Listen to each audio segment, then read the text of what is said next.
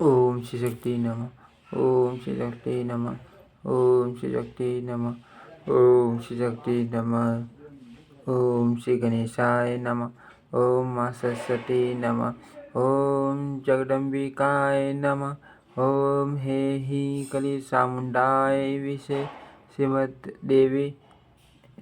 देवी भागवत महापुराण द्वितीय स्कंद अथ प्रथमो अध्याय। ब्राह्मण के शाप से अद्रि का अप्सरा का मछली होना और उससे राजा मत्स्य तथा मत्स्य गंता की उत्पत्ति।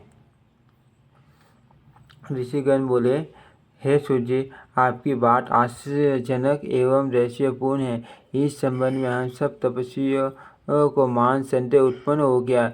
हे मेघावी, पूर्व काल में सत्यवती नाम से विख्यात व्यास की माता का राजा शंतनु के साथ जिस प्रकार विवाह हुआ, उस सती के अपने घर में रहते हुए भी उनसे पुत्र रूप में व्यास कैसे उत्पन्न हुए? ऐसी सत्यवती का शांतनु ने पुण्य वर्ण कैसे किया और उनसे 2 पुत्रों की उत्पत्ति कैसे हुई? हे सूर्य, हे महाभाग, आप इस परम पावन कथा को विस्तार पूर्वक कहिए। आप व्यास जी तथा सत्यवती की उत्पत्ति का वर्णन कीजिए। हम सभी व्रतधारी ऋषि इस विषय में सुनने के लिए उत्सुक है।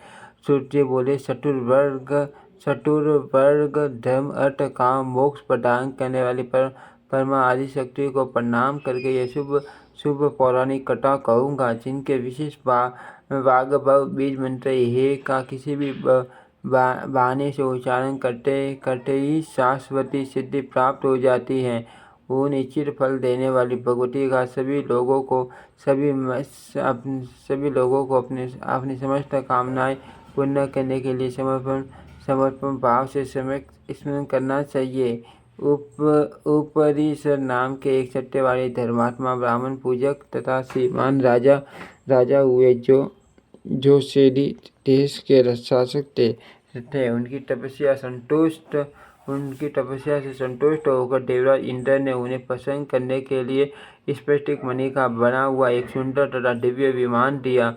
उस दिव्य विमान पर चढ़कर सेडी राज सर्वथा विचरण करते थे। वे कभी भूमि पर न उतरने तथा पृथ्वी से ऊपर चलने के कारण सभी लोगों में ऊपरीसर वसु के नाम से प्रसिद्ध हुए। वे राजा अत्यंत धर्मपरायण थे। उनकी धर्मपत्नी का नाम गिरिका था, वे जो रूपवती तथा सुंदरी थी। महाराज उपसरी के 5 पुत्र हुए, जो बड़े महान वीर एवं परम प्रतापी थे। यथा समय उन्होंने अपने राजकुमारों को अलग देशों का राजा बना दिया। एक बार राजा वसु की पत्नी गिरिका ने ऋतुकाल के स्नान से पवित्र होकर राजा से पुत्र प्राप्ति की कामना की।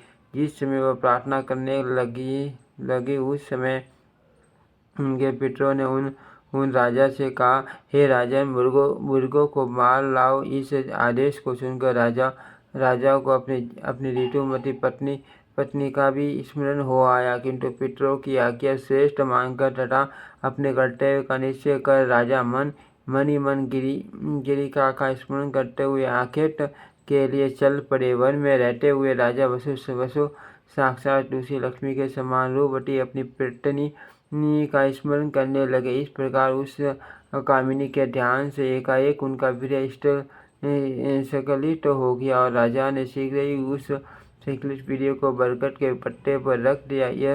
यह संकलित तेज व्यर्थ न हो, यह सोच कर तथा स्त्री का ऋतुकाल जानकर उन्होंने ऐसा निश्चय कर लिया कि मेरा तेज सर्वथा अमोघ है, इसमें संदेह नहीं। अत अवश्य ही इसे मैं रानी के पास भेज दो। राजा जब उस वीर्य को बरगद के दोने में रखकर अपनी रानी के पास भेजने लगे, तब उन्होंने रानी का ऋतुकाल जानकर उस वीर्य को अभिमंत्रित किया।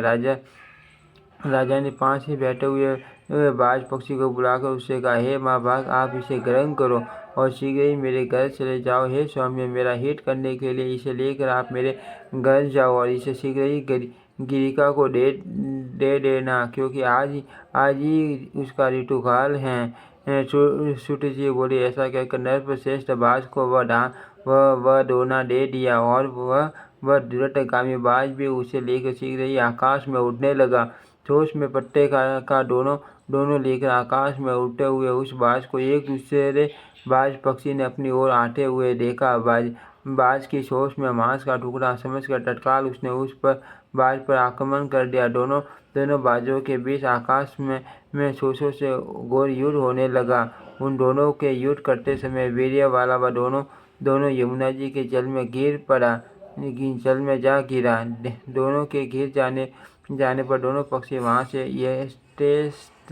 यथेष्ट दिशा में चले गए। उसी समय वह अद्रिका नाम की एक अप्सरा जल में निमग्न होकर जल क्रीड़ा कर रही थी। उस सुंदरी स्त्री ने वहां उपस्थित चंडे वासन करने में तत्पर एक ब्राह्मण को देखा और उन ब्राह्मण का पैर पकड़ लिया।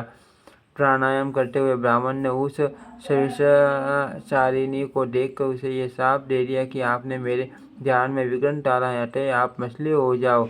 इस प्रकार ब्राह्मण श्रेष्ठ शाप पाकर वह अद्रिका नाम की रूपवती श्रेष्ठ अप्सरा मछली बनकर यमुना के जल में विचरने लगी। बाज के पादाघात से घिरे हुए उस वीर्य के पास जाकर मत्स्य रूपधारिणी अद्रिका अप्सरा ने उसे शीघ्रतापूर्वक निगल लिया। कुछ समय बाद 10 महीने बीतने पर एक मछुआरे ने उस सुंदर मछली को अपने जाल में फंसा लिया। उस मछुआरे ने शीघ्र ही इस मछली का पेट चीर दिया। उसके उदर से मनुष्य के आकार वाली जुड़वा संतति निकली। उन दोनों में एक रूपवान बालक था, एक सुंदर मुख वाली बालिका थी। इस अद्भुत घटना को देखकर वह भी अत्यंत विस्मित हुआ। उसने मछली के पेट से निकले हुए उन दोनों बच्चों को राजा उपसरी को सौंप दिया। राजा भी आश्चर्यचकित हुआ और उसने उस सुंदर पुत्र को ले लिया। वह वसुपुत्र मत्स्य नामक राजा हुआ, जो अपने पिता के समान ही धर्मात्मा, सत्य प्रतिज्ञा, मां तेजस्वी तथा पराक्रमी था। राजा उपरिषद वसु ने वह कन्या उस मछुआरे को कोई दे दी, जो आगे चलकर काली तथा मत्स्योदरी नाम से प्रसिद्ध हुई। अपने गुण विशेष के कारण वह मत्स्य गंधा नाम से कही जाने लगी। उस मछुआरे दासक के गर्भ सुंदरी वासे धीरे धीरे बढ़ने लगी।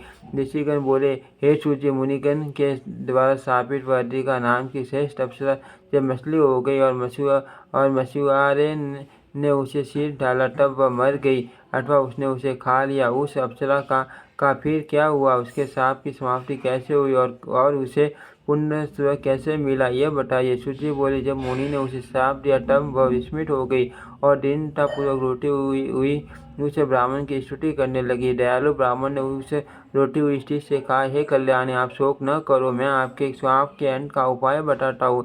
हे सुबह, मैंने क्रोध होकर जो शाप दिया उसे आप मत्स्य योनि को प्राप्त होगी, किंतु आप अपने उदर से एक युग्म मानव संतान उत्पन्न कर इस शाप से मुक्त हो जाओगी। उनके ऐसा कहने पर वह यमुना जल में मछली का शरीर पाकर तथा 2 संतानों को उत्पन्न करके मर गई और शाप से मुक्त हो गई। इस प्रकार शापों द्वारा होने पर वह सुंदरी मछली का शरीर त्याग कर दिव्य रूप धारण करके स्वर्ग को चली गई। इस प्रकार सुंदर मुख वाली उस कन्या मत्स्य गंधा का जन्म हुआ। दास के घर में पुत्री की भांति पालन पोषण की जाती हुई वह कन्या बढ़ने लगी। जब वह मत्स्य गंधा किशोरावस्था प्राप्त हुई तब उसका सौंदर्य और भी बढ़ गया। वह परम सुंदरी वसु कन्या निषाद राज के कार्यों को करते हुई रहने लगी। इति श्रीमद्देवी भागवते महापुराणे अष्टादशशास्त्राणि संहितायां द्वितीये स्कन्धे मत्स्य गन्धोत्पत्ति वर्णनम नाम प्रथमो अध्यायः। ओम श्री शक्ति नमः। ओम श्री शक्ति नमः। ओम श्री शक्ति।